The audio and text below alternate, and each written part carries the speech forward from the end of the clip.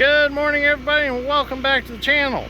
So unfortunately last night we got some pretty severe weather here in northern Indiana, and some spots got affected worse than others.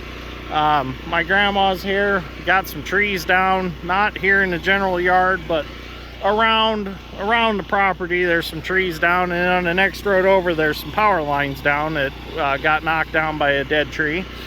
Well, we did get 4 inches of rain out of that, so that was fantastic for the crops and things. But the wind was very unfortunate. So the reason I'm down here is because my grandparents needed help with their generator. This GENERAC generator, I started my history with it last year when they got it. So this is kind of a buyer beware video, and I don't want to bash GENERAC in any way, shape, or form, but I want to warn whoever buys one of these generators about this particular problem that I see with this generator. So last year when they got it out of the box, Grandpa assumed that it was ready to go because that's how it was advertised when they bought it by Costco. They were advertised as you could get them out of the box, put gas in them, and use them. Well, I had no involvement at that time, and sometimes you know how elderly people can be, which is no problem. So Grandpa puts it over here in my grandma's old boss's house and stored it in the garage. Well, last year when they had the storm come through, the power was out, and it needed to come out of the garage and be brought over here to be plugged into their house, into the refrigerators and freezers. So Grandpa calls me, he's like, hey, I need help. I can't get that garage door open because that is an old wood panel garage door, and it is heavy. It's ridiculously heavy.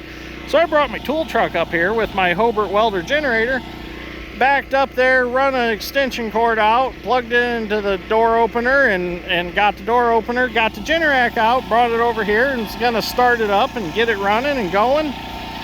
Well, it wouldn't start. The fault light would come on when you turn the key, and the hour meter would come on. I'm like, well, we've got power, why do we have no start? Because it's electric start or it's recoil start. So I'm gonna let you read a warning label on it real quick, and I'll come back over here and talk about it.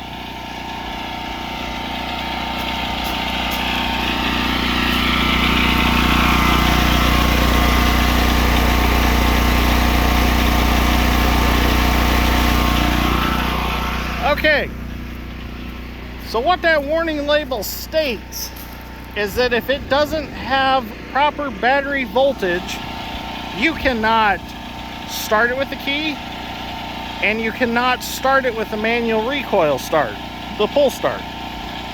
So there is a AC adapter to plug it into the wall. You can plug it in the wall, and it acts like a trickle charger to keep that battery charged. So last year, all I done was I jumped it, and you can read on that label, it says will charge while running. So I jumped it off my pickup, diesel truck, good voltage, got it running, plugged it into everything, thought great, everything's working good. Well, this year, same scenario, about a year later, power's out. Grandpa unfortunately forgot to plug the AC adapter into the wall. So, battery was dead again. So I did the same thing. We had no other voltage present. So I took Dad's truck, we jumped it, got it running, got it plugged in, and it's running fine.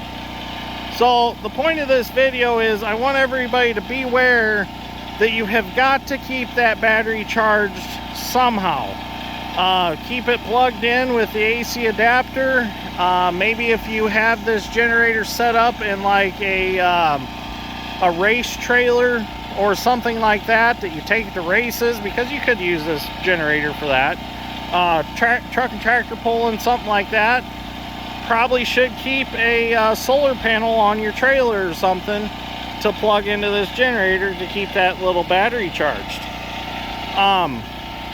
To me, if I was going to own a generator, I would want it to be able to start with no voltage present at all, because isn't that the idea of a generator, is to make voltage?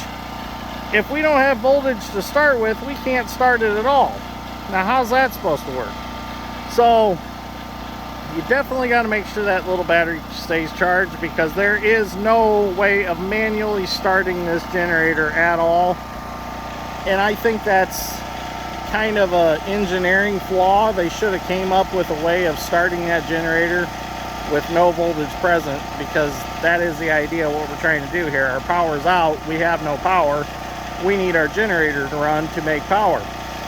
So I'd hate for anybody to buy one of these and get in the middle of a winter storm or something like that and really need power because they need heat, and they go out and they can't get their generator running because they have no way of jumping it.